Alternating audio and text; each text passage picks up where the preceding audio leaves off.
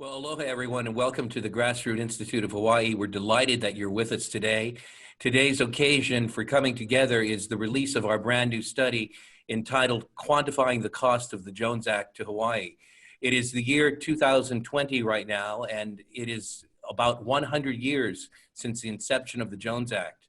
The world has changed tremendously. The economy and the way we do national security have also changed. It may be time as well for some updating of the Jones Act for the 21st century. I have three illustrious guests today joining me, two congressmen and the member of the grassroots team that has put the study together. And I'd like to introduce them to you just to say hello and welcome them before they give their comments. First, Hawaii's own representative to Congress, Ed Case. He's a member of the House Appropriations Committee, and he has sponsored legislation relating to the Jones Act. Representative Case, welcome to Grassroots Institute again. Aloha, good to be out with all of you. Senator Lee, good to have you. Very good. In addition to that, from the state of Utah, we have Senator Mike Lee, a member and the chair, in fact, of the Joint Economic Committee. Mike Lee has been a friend of the Grassroots Institute like Ed Case has for many years. They have participated in programs, and I'm glad to have you back. Senator Lee, welcome to the program. Thank you, and aloha. And in addition to that, we've got John Dunham, who is the principal author and researcher on our study, a member of the Grassroots Institute team, and the president of the John Dunham and Associates. John, welcome from New York. Thank you so much. Well, we're going to move very quickly, and what I'd like to do is to give you a quick highlight of the results of the study. If you'll take a look at this PowerPoint, we'll then ask our congressman to comment on it. First, the study is available online at grassrootsinstitute.org, or if you want a hard copy, you can go to amazon.com. And basically what the study shows is, in simple language, that the Jones Act actually has an impact upon Hawaii in terms of economic disability. The Jones Act costs Hawaii. We ran 5 different scenarios and found that the median annual cost of the Jones Act to Hawaii's economy is $1.2 billion. In addition to that, the Jones Act costs the average Hawaii family nearly $5 a day, which is $1,794 a year. We found that the Jones Act is responsible for approximately 9,100 fewer jobs, representing $404 million in wages that are lost. Cars, for example, sold each year in Hawaii cost $9.7 million more than they do on the mainland. And Hawaii drivers pay between $63.2 million more to own and operate their vehicles. The Jones Act adds $255.9 million to the cost of real estate and construction services in the state every year. The study also looked at over 200 economic sectors, from housing to restaurants, gas stations, college campuses, shipping and postal services, and so forth, and found a major impact in all of these. What are the potential effects of Jones Act reform if we could update the Jones Act? Well, Hawaii families could see an annual across-the-board economic benefit of $154 million. Annual tax revenues would be $148.2 million higher. And under a shipbuild exemption, Hawaii could see an economic benefit of $531.7 million. And $30.8 million less in state and local tax revenues. That's tremendous impact that could be positive by updating the Jones Act for the 21st century. Right now, we're going to go straight to our congressman because we have to move quickly. We're in the midst of a major crisis in our nation, and Congress is meeting. Both houses are in session, and in a few minutes, both Senator Mike Lee and Congressman Ed Case will have to go for votes. But in the meantime, let me talk with you, Congressman Case. You've looked at our study a bit, and you have introduced your own legislation. How does the study relate to your own legislation in terms of updating the Jones Act? Thank you for that, Kelly. Well, first of all, aloha, and thank you so much for having me on together with Senator Lee, and mahalo to the Grassroots Institute for commissioning really a solid study, and to John Dunham, who I talked with, for such a good, thorough study that can be easily defended. Again, Senator Lee, a special aloha to you. You know, just in the big picture, before I answer your question, the Jones Act has occupied my attention for somewhere around 25 years now. Somewhere in the mid-1990s, when I was in the state legislature, I first started to understand the Jones Act in connection with shipping to Hawaii. And of course, the cost of living in Hawaii was a completely relevant topic then, as it is worse now. And so I asked, well, what's this Jones Act about? introduced a resolution in the state legislature to study the effects of the Jones Act on Hawaii and got absolutely slammed by the Jones Act lobby and the people that benefit from the Jones Act in particular. They said there's no need to study it. Everything's good. There's no cost. Consequence. Everything is good. And even if there was a cost consequence, it was defensible. And I concluded that in fact there was something worth studying there, but I didn't get that study then. Since then, of course, as John's study demonstrates and summarizes, we've seen roughly a 100% reduction in the number of Jones Act ships down to less than 99, a reduction in the number of Jones Act ships that serve Hawaii, which is my particular interest. We've seen a glut of international shipping and a reduction in international shipping rates, which has not been in any way, shape, or form shared by Hawaii or other non-contiguous areas. And we have seen rates on the Jones Act routes continue to increase. So from my perspective, what this study does is once and for all lend credibility to the basic underlying conclusion that the Jones Act does in fact result in major negative impacts to Hawaii in particular, and of course to other non-contiguous areas of our country. And I'm sure Senator Lee will speak to the rest of the country as well. My own focus here is on our non-contiguous areas because as we all know in Hawaii, but those that are watching and thinking about this for the first time, consider that you live in a state that has 97% plus of all of its imports come in by ship. So we don't have planes that bring it in. We have some planes, but not a whole bunch. We don't have any trucks. We don't have any trains. It's got to be shipping. So if you can get a hold of the shipping lanes, you can make some money off of that, and that's exactly what's happening with the Jones Act. So the study, I thought there were a couple of things in the study that were particularly relevant, some of which you've already summarized. The first was a total cost of $1.2 billion. That's a huge cost to our economy. We don't have a big economy. So if you suck $1.2 billion out of the economy that doesn't have to come out of that economy, that's going to hurt people.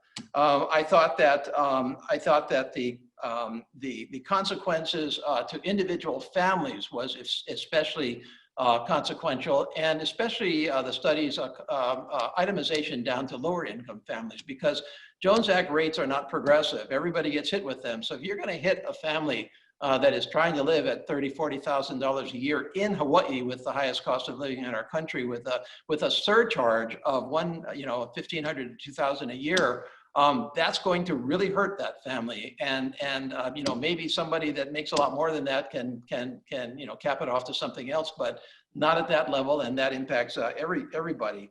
I hadn't focused on the fact that this study raised that because some products that we use in Hawaii can in fact be directly imported from overseas on non-Jones Act ships, primarily our fuel, our fossil fuel energy that still unfortunately fuels so much of Hawaii. The people that buy that fuel go to the international market because of the cost of Jones Act shipping, where they could be utilizing the domestic market at a cheaper shipping cost, and that would be good for our national policy. So they're forced into the international market when it would be better all around if they bought local, so to speak. And then I think that the other thing that struck me was that the quantification that on the straight rates that are charged, and I think John can speak to this, what I got out of this was that the average cost surcharge for container cargo, which is most of it, is about 16%, and for bulk cargo, 59%. That's what Jones Act shipping costs versus the international market. So the bills that I've introduced, I've done 3 of them. One is to exempt Hawaii and other non-contiguous areas altogether because of the severe impact of the Jones Act. The second bill says, look, you can't charge more than 10% above the world market. So if you want to keep the Jones Act, then take the monopolistic, duopolistic consequences of that on individual consumers out of the equation. That mechanism exists, but it's really never been enforced. And then finally, if you're on a shipping route that is controlled by Jones Act shipping, as we are in Hawaii, and so that you get into a situation where you have a monopoly or duopoly, as we do have in Hawaii, then the Jones Act gets waived as long as you have that duopoly. But if you can manufacture a real competitive market inside the Jones Act, well then maybe it wouldn't be such a bad idea, although I can argue that in another way.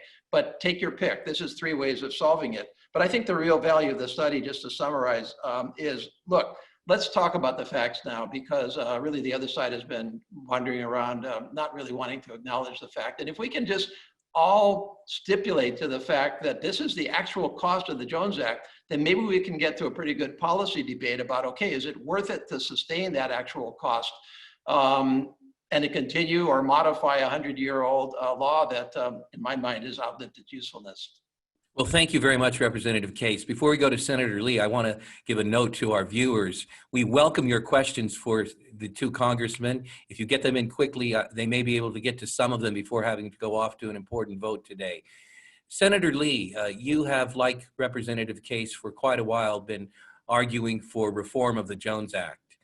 Now that we have produced the Grassroots Institute study, which pertains to Hawaii, although that is relevant to the rest of the United States to some extent, how does that inform or complement your own work in terms of trying to reform the Jones Act? Your work through the Grassroots Institute on the Jones Act has been tremendously helpful. Let me just say at the outset, I loved everything Representative Case just said. I think I agree with every word, every syllable he just uttered. It was a fantastic analysis, and you're fortunate to have his advocacy on this issue. And I also like the fact that he's got several proposals, including one that highlights the fact that there is a subsidy by government through the shipping industry. And so in addition to eliminating it altogether, the fact that he's got another bill that would, for example, impose a 10% cap on how much they can be subsidized by it is a big deal. I love the Grassroots Institute of Hawaii, and I love the work in particular that you've done on this issue. It brings home something that frequently goes unaddressed in Washington, and that is the problem of concentrated benefits and dispersed costs. When you've got concentrated benefits and dispersed costs, it creates a real weird lobbying problem where you basically have the rich taking from the poor.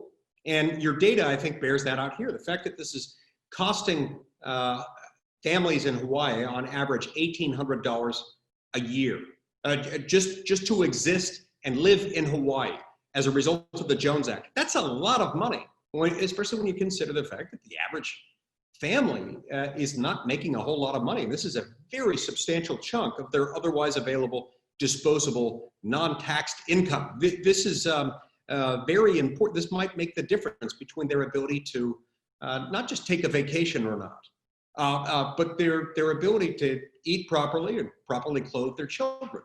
And it's quite absurd. If you stop and think about what this is doing, it's kind of akin to what might happen if the US government were to decide, for example, you know, people are driving cars. Not everybody is driving the same kind of car. What we're going to do is we're going to say that unless you can afford a Cadillac or something more expensive than a Cadillac, you can't buy a car at all. And by the way, it also has to be an American-made car that's either a Cadillac or something more expensive than a Cadillac. What's that going to do? Well, for rich people, it's not going to do much unless they're the rich people who own the car-making company, and then they're going to get richer off of it. The marginal cost to the wealthy family is not going to be that high, but the marginal cost to the poor and middle-class family is going to be tremendous. Many of them are going to be priced out of the auto market altogether. Those who are not priced out of it are going to end up perhaps having to share a vehicle with someone else. But even then, the car that they're going to be able to afford is going to be a lot less affordable, even on a shared basis.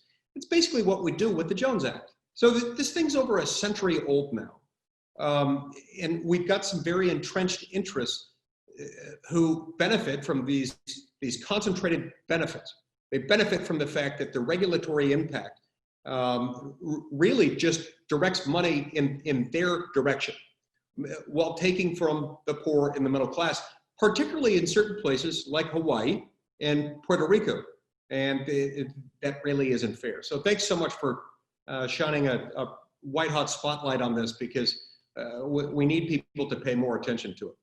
Well, thank you, Senator Lee. Before we go to questions from our audience, I want to throw out one more question to each of you. If you'd answer quickly, because there are several questions lining up, I'd appreciate that. Representative Case, The Jones Act has sometimes been characterized as an issue that divides parties, as partisan, or even divides unions from non-union people. What is your thought about this? Is this an issue that is partisan, or is it one that can be bipartisan? And how do you build consensus? I think your screen demonstrates that it can be quite nonpartisan, since Senator Lee and I, who come from different parties and in some cases have different ideological perspectives, agree on this one. So I think we're coming to the same conclusion. And if you listen to what we both said, we said the same thing in different ways, in our own way, but we were both saying that it's wrong for government to create a monopoly that is harmful to the majority of the people. We both said that.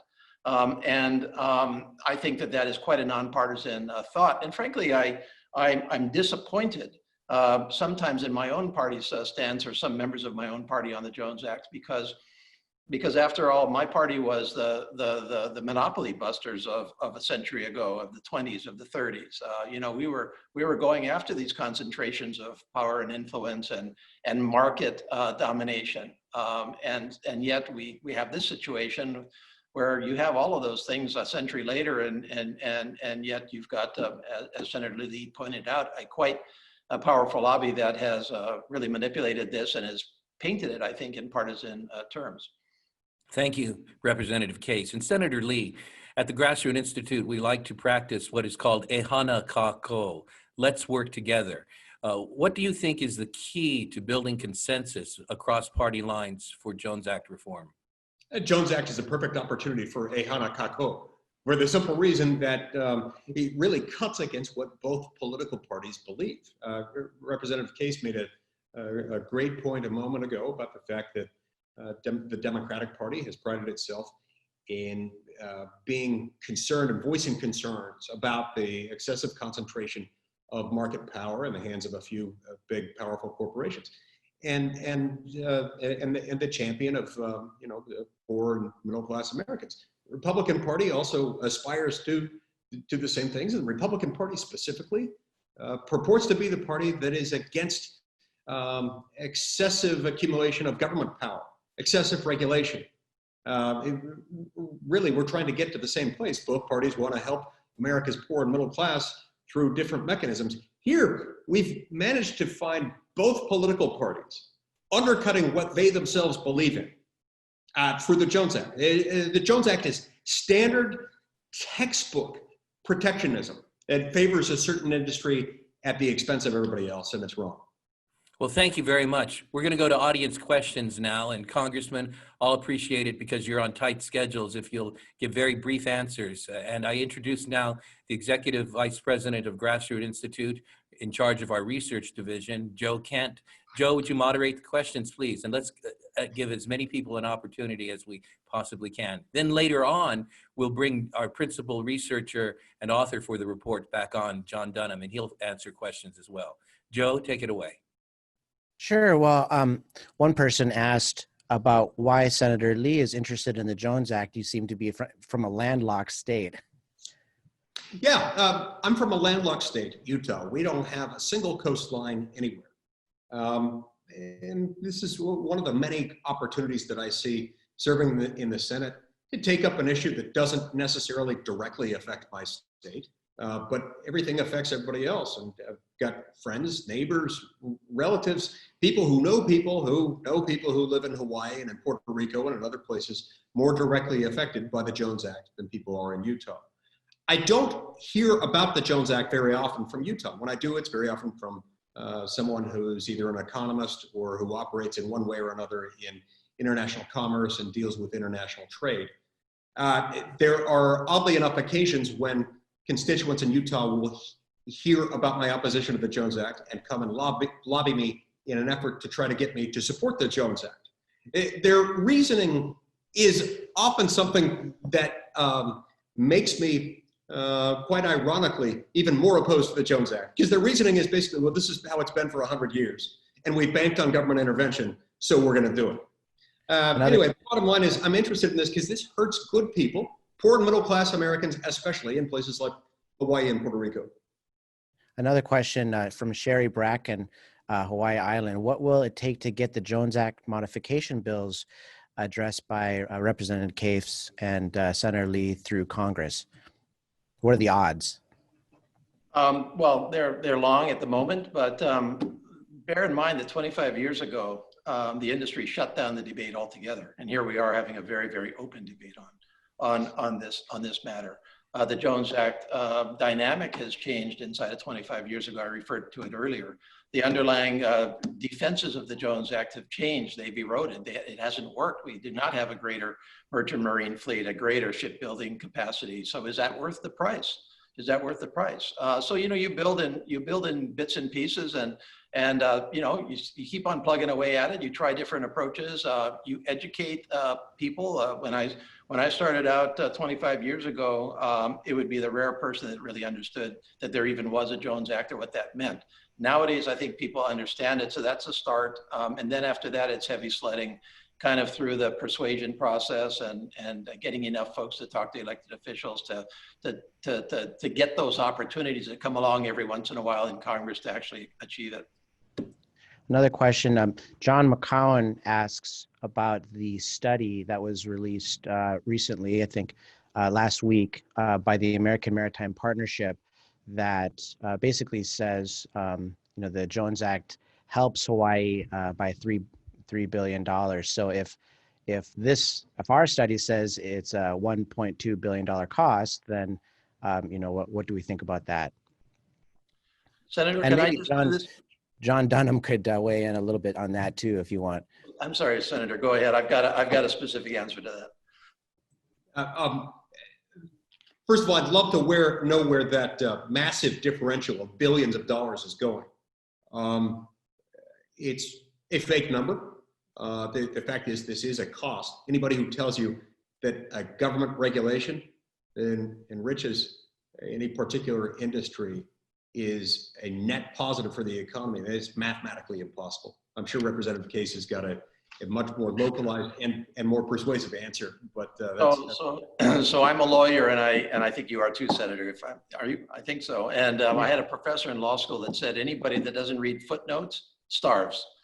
And so I read that study, and I read the footnote on that $3 billion, and it turns out that is the net translatable value into the economy of the jobs in Hawaii that are that study characterizes as Jones Act jobs, the vast majority of which are stevedores. So they work the docks, and their jobs are not going away. They're still going to work the docks. They're going to work the docks whether the Jones Act shipping or non-Jones Act shipping. They're still going to work the docks. So that $3 billion disappears pretty fast. Well, John, I'll ask you to weigh in on that a little bit later, but let's go to some more questions. So could you speak to the Jones, as John Wade asks, could you speak to the intent of the Jones Act protecting the maritime, the merchant marine and all of that? Is the Jones Act doing its job? if your intent, if Congress's intent 101, 102 years ago, whenever it was passed, if the intent was to create a protectionist mechanism for the U.S. Shipbuilding industry and for U.S. flagged and crewed vessels, then yeah, it's doing that. But again, at what cost? There are all sorts of things that we could do by reshuffling money through the economy. If anytime government acts, it does so at the expense of individual liberty and at the expense of the poor and middle class of any economy. There's really no other way around that. Government is about organized, collective, official coercive force. So you can collect that either with guys who show up with guns, who collect taxes, and then they go spend the money, or you can do it with guys who show up with guns and they force you to comply with certain regulations. And so it's succeeded in doing what it was designed to do, but at what cost? It's been at the cost of poor and middle class Americans.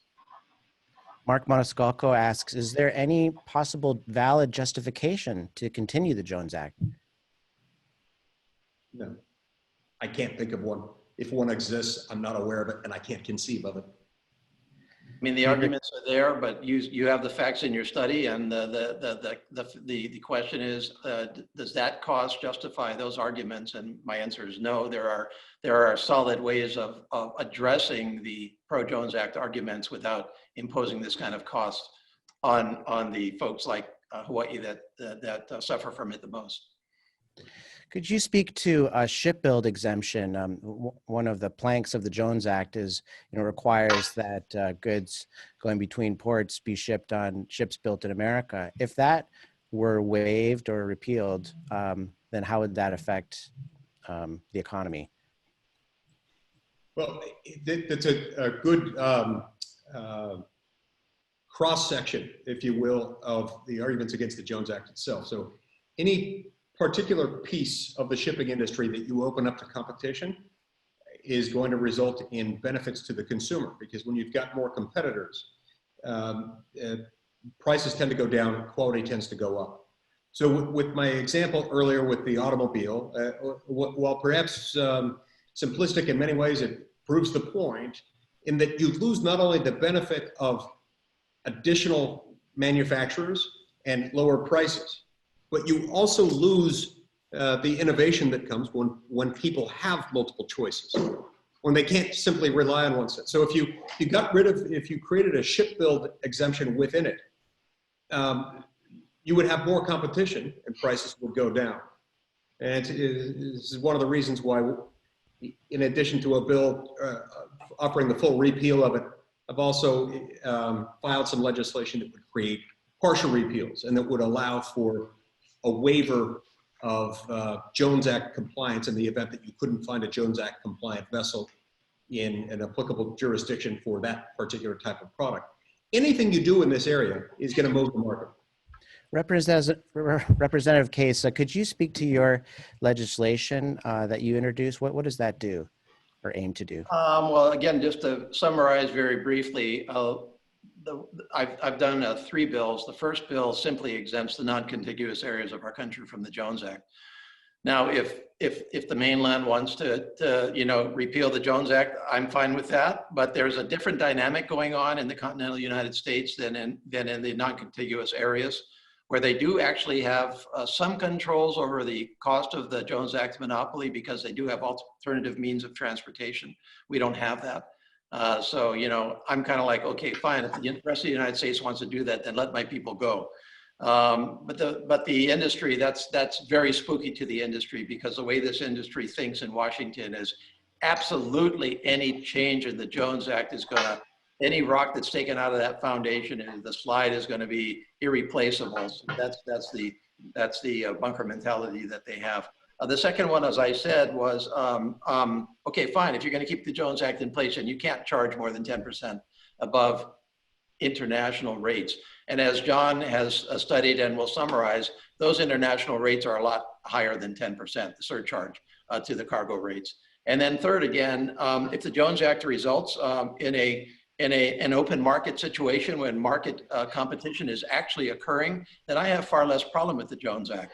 But if you're down to a duopoly at that point, yeah, okay. I mean, everybody presumably complies with the monopoly laws and doesn't actually compare notes on rates. They're pretty careful about that, so I don't accuse them of anything.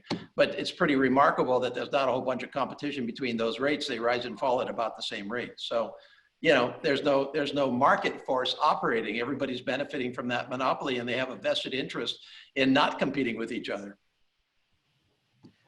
Another questioner asks, are there other representatives that side with you folks on this issue? Yeah, there certainly are. I don't know what the current number would be in the Senate, but at any given time, there are a number of us who are. The bigger problem, and then for every one of us who is strongly, excuse me, sorry, being serenaded, but that's great. Go ahead. We have a handful of senators who are also very pro-Jones Act and who are constantly on the lookout and are concerned, as you described, that anything that you do is going to upset the apple cart. And in a sense, they've got a point. In a sense, if you reveal, if you make any exemption to it, maybe they have a point in that it's going to reveal how silly the whole thing is. Now, I think it's even harder for them to argue against what Representative Case is talking about. At a minimum, we ought to exempt the non-contiguous land areas in our country so that they don't have to comply with it, because it's hurting them especially badly. The But biggest one problem more- with GOV, though, is that most members just aren't aware of it. They don't know about it. And I talk about it till I'm blue in the face, but until they hear about it from constituencies who are not me, and from more people, they're not going to be motivated. I to have act. to apologize. I misstated a question earlier. John McCowan, this is his question. Senator Lee and Congressman Case, the $1.2 billion claimed cost of the Jones Act from our study is more than the revenue of all the Jones Act carriers serving Hawaii. Given that the large majority of container operator costs aren't affected by the Jones Act, how is that number even possible? And I think John Dunham might also answer this. I think the $1.2 billion is actually a multiplier effect type of a cost too. Happy to defer to John on that. I won't get into the guts of his study. He needs his time to answer that question and more. Sure. We can answer that one later in that case. So, okay, so how will the changes to the Jones Act, let's say the reforms that you folks are mentioning, how would that affect the unions in this sector? So the bills that I've introduced, at least, have always called on the Jones Act shippers to comply with U.S. laws. And so as long as, I don't agree that, people should be able to operate inside the United States, which between two U.S. ports is, for all intents and purposes, operating inside the United States, even though it's the open seas, the high seas. And so presumably the same laws that would apply would be applicable. If workers wanted to bargain collectively, they could have to comply with environmental laws. That would be somewhat of a cost of Jones Act versus some of the international shipping lines that don't have to comply with any of these laws. So I think that's only fair to do that. And I think that, but let's recognize a real practical fact here. And that is that the unions that are directly impacted, possibly by the Jones Act, are the unions that work the ships themselves, the seafarers, the masters and mates union, not the ILWU. They're not going to be affected. They're still going to be working the docks. And the irony of this to me is, and this is starting to break down a little bit in Hawaii, the irony of this to me is that some of the non-Jones Act related unions, for example, some of the construction trade unions, have felt the need to support that position, even though it hurts their members in spades. Their members are the ones that are impacted by the Jones Act surcharge. So, I think we can take care of the seafarers and be fair to them. The unions that are Jones Act related but are not on the ships, they're not impacted, and all the other unions benefit from Jones Act reform. Okay, we got a question from elsewhere. The Jones Act also affects U.S. territories of Guam, Northern Mariana Islands, U.S. Virgin Islands, and American Samoa. Hope we're not forgotten on this important issue. Could you speak to how the Jones Act affects other areas? I'm unfortunately going to have to leave. They've called a vote, and I'm going to have to run. Okay.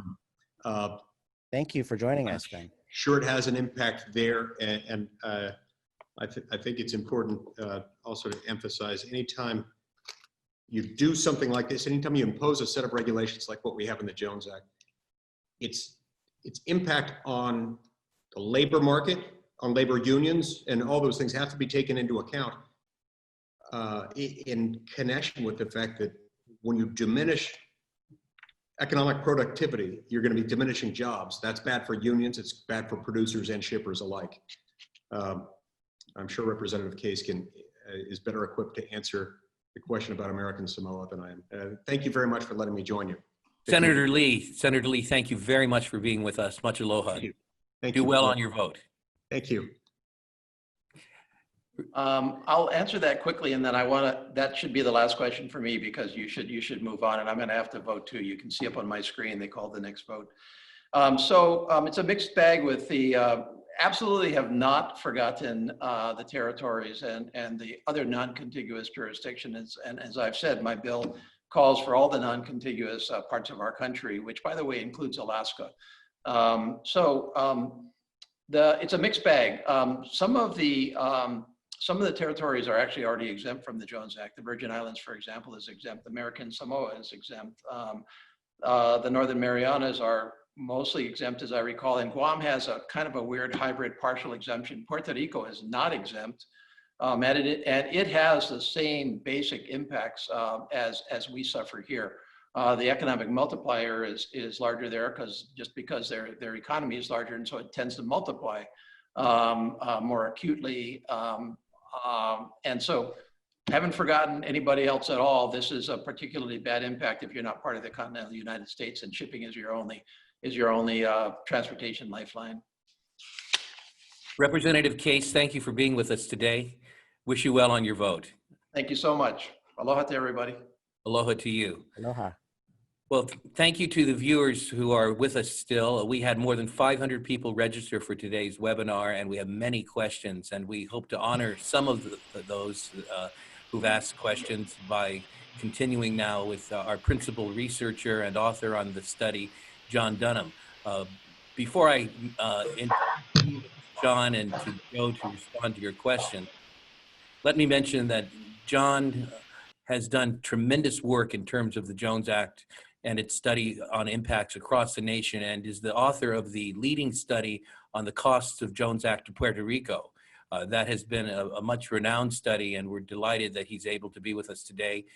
John, once again, is the president of John Dunham and Associates in New York, and he's also a member of the Grassroots Institute of Scholars, and we're just delighted to have you on board and your expertise.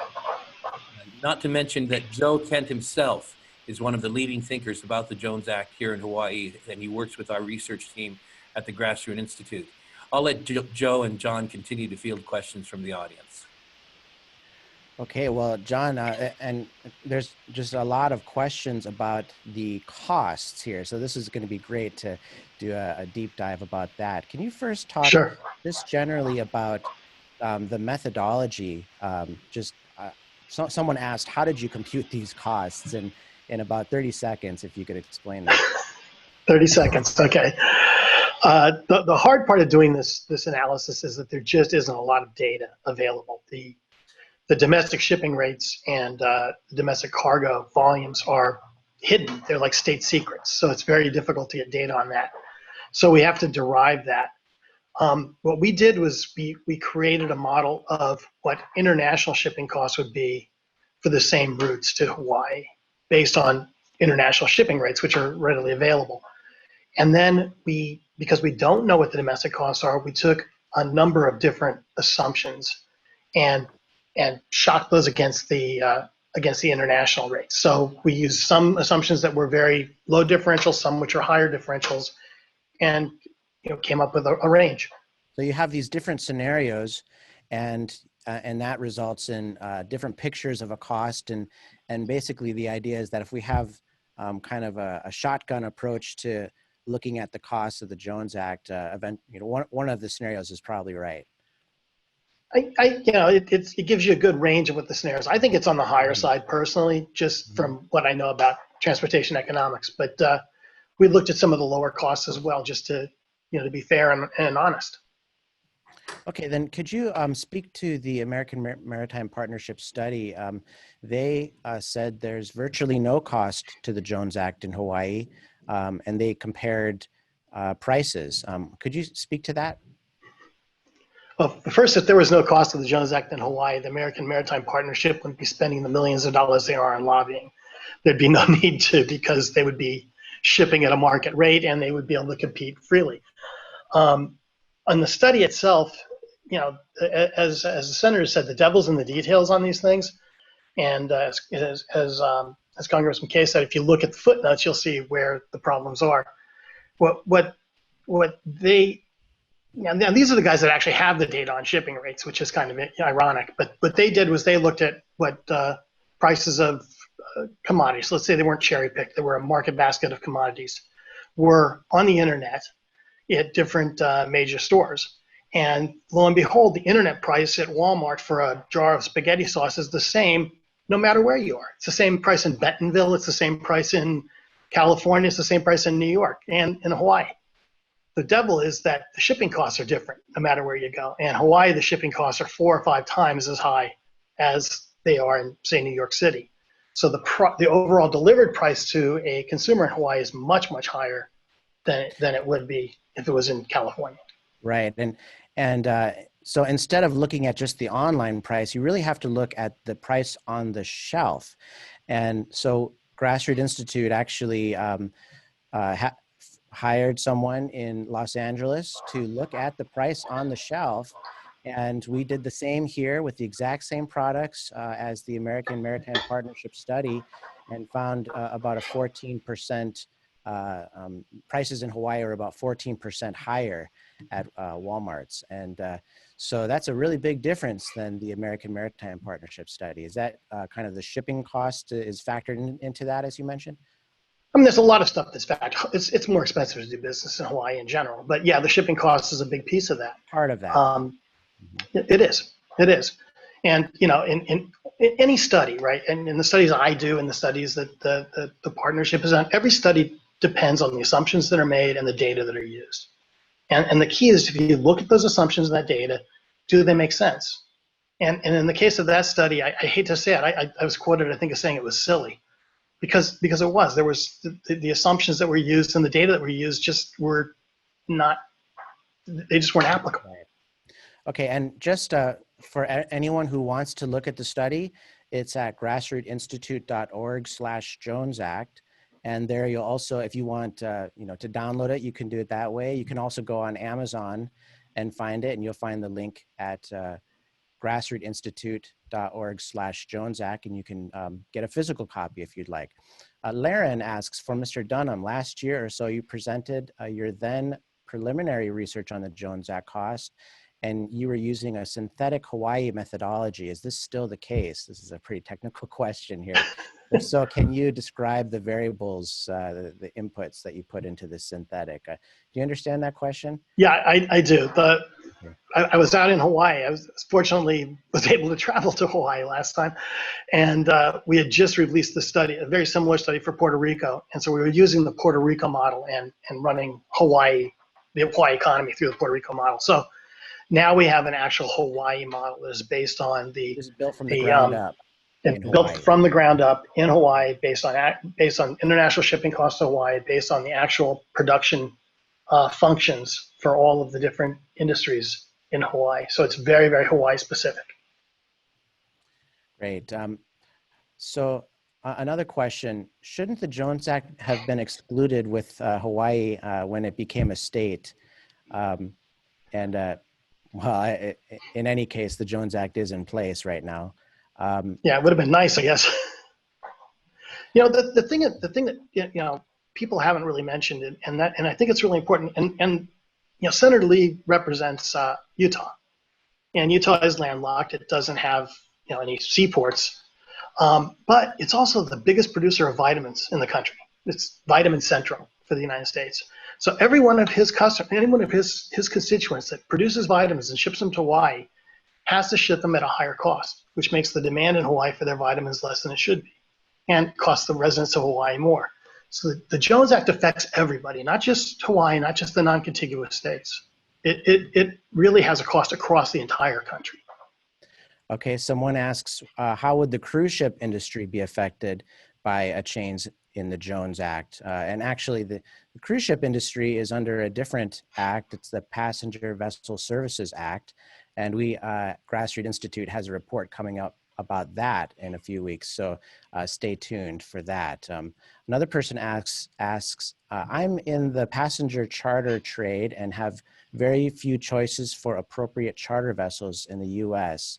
Hopefully any change in the Jones Act will remove this pain. So basically that's the same thing. Just stay tuned for our Passenger Vessel Services Act study. Okay, some people are asking for the link. Okay, a question. Can the Jones Act be suspended if Hawaii took a direct hit from a hurricane or a massive storm? And actually it could, just like it was in Puerto Rico in 2017, I believe. The Jones Act was waived for that for about 20 days. And during, I think, Hurricane Lane, a Grassroots Institute requested a waiver of the Jones Act to deal with that, but thankfully we weren't hit by Hurricane Lane in a huge way. So, but it could be done. Another question. They're I'm trying very to few and ship, far between, though. yeah, Yeah, I, they are. I'm trying to ship 2 crates from Georgia, and the pricing varies over $4,000 on quotes. So how do you price anything like that with 10 items if you can't establish a landed cost? Could you speak to that, John? Yeah, and pricing in, in the steamship industry, in the waterborne trade industry is the same as airline prices, right? Your seats are, your neighbor in the seat next to you could have paid half as much as you did, depending on when they booked and how they booked and who they booked through. The thing about steamship rates is they're hidden. You cannot figure out what they are. You can't go on Kayak or something and look and compare. They're all hidden, so you have to negotiate everything individually. Question from Roger Tierney. He asks, how does the Jones Act cost Puerto Rico? Well, we have the man that did the study on that too. Could you comment on that? Yeah, I get to go back and get my numbers. It's exactly the same thing. It's exactly the same If I remember right, analysis. It was a $1.5 billion cost to Puerto Yeah, Rico. Yeah. it was quite large. And the effects actually, a lot of the effects are the same for Hawaii. It's not as much even the container trade. It's the bulk trade. It's the project cargo trade. It's those things. And in Puerto Rico, that was a huge fuel oil was a huge driver of their costs. How badly does the Jones Act prevent other industries from doing business here in Hawaii? Like everything, it's costs, right? Hawaii is an expensive place to do business in general because it's Hawaii. It's in the it's in the middle of an ocean. It's got its own issues with costs, just like where I am in New York City. But as you raise the cost of anything, you get less of it. That's simple economics. If I raise the cost of coffee, I sell less coffee. If I raise the cost of buildings, I get less buildings. And if I raise the cost of doing business, I get less business. And it's not just the stuff that's being shipped in, it's the actual operating cost. Your electricity is more expensive. Your housing is more expensive. Everything is more expensive in Hawaii because of the Jones Act. Okay, there's a lot of questions just saying a lot of people appreciate this webinar and they want us to do more and they want us to do more studies. Someone asks, can the Grassroots Institute conduct a similar study on Guam and the Mariana Islands? And also, well, to address that, it would be great to do more studies on the mainland. And we want to see how much the Jones Act costs every state in the nation. That'd be great to see, but perhaps one day. How much money do shippers like Young Brothers and Matson contribute to local political campaigns? That's public information. You can look that up online. I actually did go and look that up to see how much was given to local political candidates, and it's about half of them, between $100 and $1,000 around there for on average. But some people get nothing, so it's a scatter shot on that one. Given that Paul Brubaker of TZ Economics is local, is there any chance that we could have him on a future discussion? Well, that's probably a good idea. He helped with the American Maritime Partnership study that looked at those different costs. Do you plan to hold? So these are more. Do we plan to hold more webinars here? Let me look for some other ones. Wouldn't eliminating the shipbuild requirement also help Jones Act operators? Or are they afraid they'd have more competition from other American companies, asks Rob Cortell. There's why you don't want to put the camel's nose under the tent. Exactly. One of the main reason that there are only 2 shipping companies serving Hawaii, in effect only 2 shipping companies serving Hawaii, is there are no vessels. And the minute you allow other vessels to enter the trade, you'll have you'll have the Maersks of the world, you'll have the Evergreens of the world, you'll have the real shipping companies, the majors, starting to serve Hawaii as part of their Trans-Pacific trade.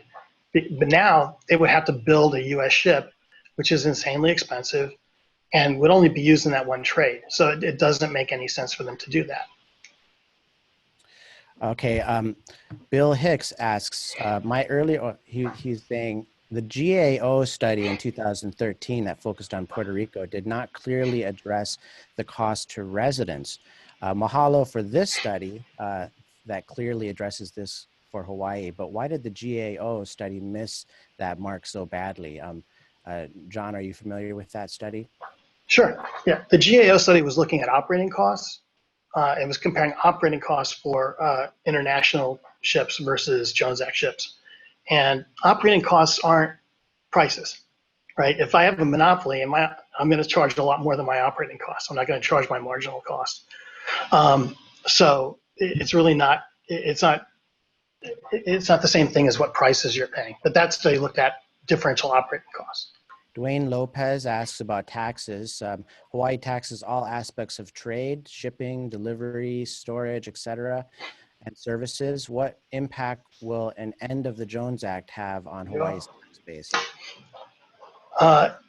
It would actually have a positive impact on Hawaii because there would be a lot more shipping to tax, and that's the key, right? The whole idea of an economy is you want to have more stuff moving around. You want to have more.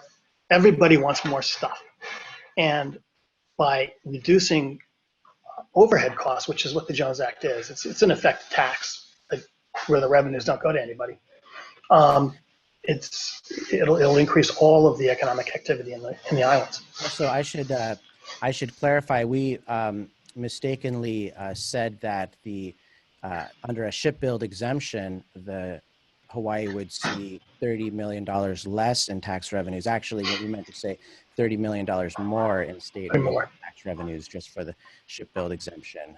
But it would be even more, if there were other reforms. So this is a longer question. How sure are you that this will bring down prices relative to mainland prices? This questioner says, I worked as an assistant store manager for Target when they opened Hawaii back in 2008. We were told that the shipping prices added about 2 to 3%, but generally our prices were 12 to 14% higher than Target's on the mainland. But we were told to tell customers and the press that the differences in prices were due to shipping regardless. So are we really sure that we're measuring the right costs here? Yeah, I know we're measuring the right costs. Are we absolutely sure it's 1.2, 1.3 billion dollars? Nah, it could be 1.5, it could be 1.1. It's a study, it's a model. But you're definitely going to see lower prices. Shipping costs don't represent a huge amount of the cost of really any product unless it's a giant blob of steel or something. It's how the shipping costs work their way through the entire production process. So if it costs me more money to bring in a can of beans maybe it's just a penny a can, but that gets marked up by the wholesaler. That gets marked up through the higher insurance on the trucking. It gets marked up by the retailer. And they're using similar margins. So that 1 cent turns into 3, 4, 5 cents very, very quickly. Someone asked if this webinar will be recorded, and yes, it will be. You'll be able to watch it later on grassrootinstitute.org. So just watch for that and make sure you're on our email list so that we can notify you about that. Peter Cannon asks, how can we get the man on the street in Hawaii to know what the Jones Act is? A very small percentage of Hawaii voters even recognize the name Jones Act. Actually, I did a little survey myself and found that about 30% of people in Hawaii know what the Jones Act is. They know it's a shipping law. They're generally against it, but and that percentage is about 1% nationwide, less than 1%. So people in Hawaii do know about it, and my sense is that people in Puerto Rico also know about it. But how can we do more? Do you have any thoughts about that, John? In Hawaii or nationally? Just nationally, I guess. I think nationally, as I said before, people don't realize how much more expensive the Jones Act makes everything in the country, right? I was looking at some numbers here. Only the cheapest way to ship anything really is by water. Shipping tonnage by water is much cheaper than shipping by air. It's insanely cheaper than shipping by air. It's much cheaper than by truck and rail. But only 4%, 4.6% of all the cargo in the United States goes by water. It's insane that we ship oil in tank cars. It's insane that we ship steel, on rail cars. Hawaii, anything came by truck would get really wet, but it's, everything that goes by air is much more expensive than it need to One be. more thing, I want to go back to John McCowan's question. He was asking specifically about the. I'm sorry, not his question. Someone else asked about the $3.3 billion AMP supposed cost, supposed addition of the Jones Act to Hawaii's economy. In other words, the American Maritime Partnership says that the Jones Act benefits Hawaii's economy by $3.3 billion. Have you looked at that number, and what do you think of that? Yeah, that's and the senator, or actually the congressman, I think, touched on this really well. It's not the Jones Act that benefits Hawaii; it's shipping that benefits Hawaii. That's if you took all of the longshoremen and all of the, the guys, the chandlers, and all of the shipping companies, and you took them out of Hawaii and you dumped them on the moon, the economy of the moon would be $3 billion. It has nothing to do with the Jones Act because ships are going to still come in. As a matter of fact, more ships will probably come in if you get rid of the Jones Act, and that effect would be even larger. It's the net loss that you're going to get from the Jones Act of that economy. I see. Okay, well, we have time for probably one more question here. Let me see here. And I'm sorry for all those that I didn't get to, but let me get one from Ken Schoolin. Doesn't it seem odd that we now have military alliances with other countries such as Japan and South Korea, but yet we can't trust them to sell us ships at 1/5 the cost of U.S. ships? Wouldn't it make sense to, would it make sense to do this with automobiles too, where we couldn't buy our automobiles overseas? What do you think about that? Yeah, it could be anything, right? I should buy only stuff on my block here because that's going to support my economy. You support your economy by doing more with less, and if trade helps you do more with less, you trade. It's not really efficient to build ships in the United States. It's much more efficient to build them in Korea and Japan and even Italy. So that's where you should get ships from. Well, I wish I could have gotten to all the questions here, but let me throw it back to the President and CEO of the Grassroot Institute, Dr. Keli'i Akina. Much thanks to John Dunham for your research on the study, your leadership in our scholarship. We appreciate that very much. Thanks for being on board today. And much thanks to Joe Kent for moderating the questions and contributing as well. I appreciate the fact that so many of you asked questions, and the fact that there are many more questions that weren't answered means the conversation needs to go on. So I invite you to become part of the Grassroot Institute. You can subscribe by going to our website, grassrootinstitute.org, and you can get our weekly publications. In addition to that, you can get a copy of the recent study on the Jones Act. Watch the news because we are giving many interviews. The study is being covered and news is being made in terms of Jones Act reform, updating the Jones Act for the 21st century. Mahalo to all of you, and aloha.